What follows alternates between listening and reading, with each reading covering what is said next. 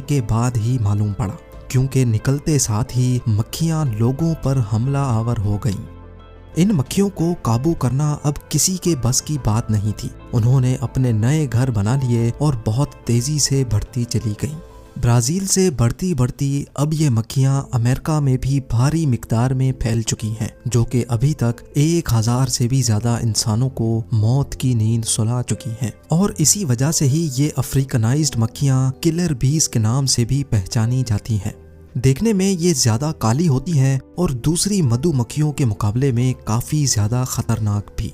500 metre दूर से भी ये अपने छत्ते की तरफ बढ़ने वाले पर टूट पड़ती हैं, और अगर इन्होंने किसी इंसान या जानवर पर हमला करने की ठान ली तो हैरत अंगेज तौर पे उसका आधे किलोमीटर दूर तक भी पीछा करती रहती हैं।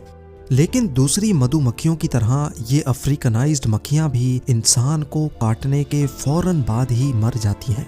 इन मक्खियों का डंग इंसान के लिए कितना डेंजरस होता है, आखिर डंग मारने के बाद ये खुद ही मर क्यों जाती हैं, ये जानने के लिए ज़रूरी है कि पहले हम ये जानें कि मक्खियाँ आखिर हमला करती ही क्यों हैं।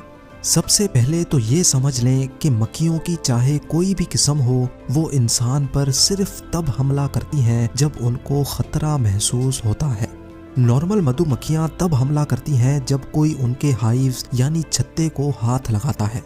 लेकिन अफ्रीकनाइज्ड मक्खियाँ क्योंकि ज़रूरत से ज़्यादा एग्रेसिव होती हैं, इसी वजह से वो दूर से ही अपने छत्ते की तरफ बढ़ने वाले इंसान पर हमला कर लेती हैं, फिर बेशक कोई किसी और मकसद से ही क्यों ना गुजर रहा हो।